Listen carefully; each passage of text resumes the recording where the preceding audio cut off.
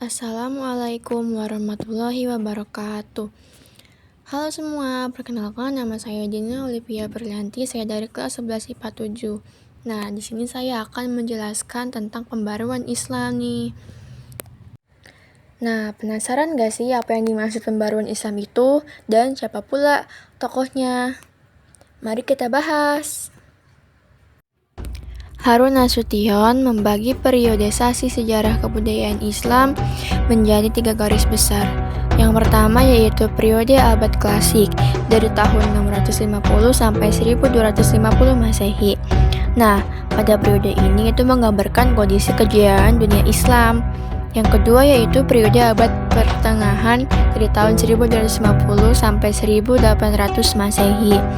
Pada abad ini menggambarkan kondisi kemunduran dunia Islam. Lalu yang terakhir, periode abad modern dari tahun 1800 sampai sekarang. Nah, periode ini menggambarkan kondisi kebangkitan dunia Islam yang disebut juga pembaruan Islam. Periode abad modern bisa dikatakan sebagai kondisi kebangkitan dunia Islam. Mengapa ya bisa dikatakan seperti itu? Karena pada abad sebelumnya kondisi umat Islam itu mengalami kemunduran daripada bangsa Eropa. Ditandai dengan negara Turki Utsmani yang dieluk-elukan umat Islam pada penghujung abad pertengahan ternyata mulai surut akibat kalah perang dengan penguasa Eropa.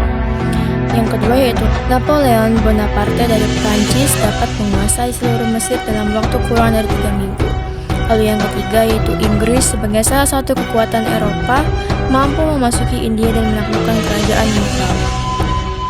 Dalam kondisi keterpurukan seperti itu, membuat para ulama sadar atas cerita kemunduran yang dialami umat Islam dibandingkan dengan kemajuan Eropa.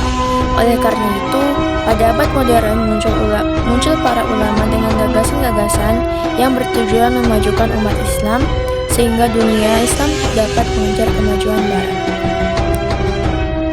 Tokoh-tokoh yang memelopori gerakan pembaruan Islam antara lain Muhammad bin Abdul Wahab, Syah Waliullah, Muhammad Ali Pasha, Al-Tahtawi, Jamaluddin Al-Afghani, Muhammad Abduh, Rashid Ridho, Syed Ahmad Khan, dan Sultan Mahmud II.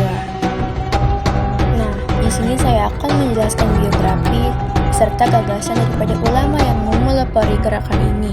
Salah satunya yaitu Al-Tahtawi, Rifa'ah Baidawi Rafi Al-Tahtawi. Tokoh ini sering dikenal dengan sebutan Al-Tahtawi. Ia lahir pada tahun 1801 di Tahta, suatu kota yang terletak di Mesir bagian selatan, dan meninggal di Kairo pada tahun 1873. Al-Tahtawi mulai belajar di Universitas Al-Azhar, Kairo ketika usianya 16 tahun.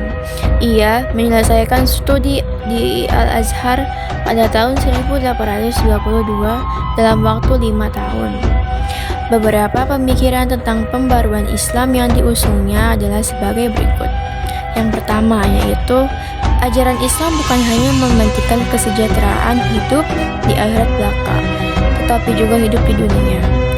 Yang kedua yaitu kekuasaan raja yang cenderung absolut harus dibatasi dengan syariat. Oleh karena itu, raja harus bermusyawarah dengan ulama dan kaum intelektual. Yang ketiga yaitu syariat harus diartikan sesuai dengan perkembangan modern. Yang keempat yaitu para ulama harus mempelajari filsafat dan ilmu pengetahuan modern agar syariat dapat tegak di tengah kehidupan masyarakat modern. Yang kelima yaitu pendidikan harus bersifat universal. Misalnya, wanita harus memperoleh pendidikan yang sama dengan kaum pria.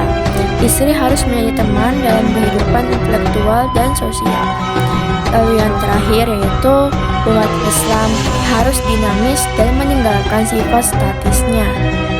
Nah, intinya adalah pembaharuan Islam adalah upaya-upaya untuk menyesuaikan paham keagamaan Islam dengan perkembangan baru yang ditimbulkan kemajuan ilmu pengetahuan dan teknologi modern. Dalam bahasa Arab, gerakan pembaharuan Islam disebut tajdid. Secara harfiah, tajdid berarti pembaharuan dan pelakunya disebut mujaddid. Sekian dari saya.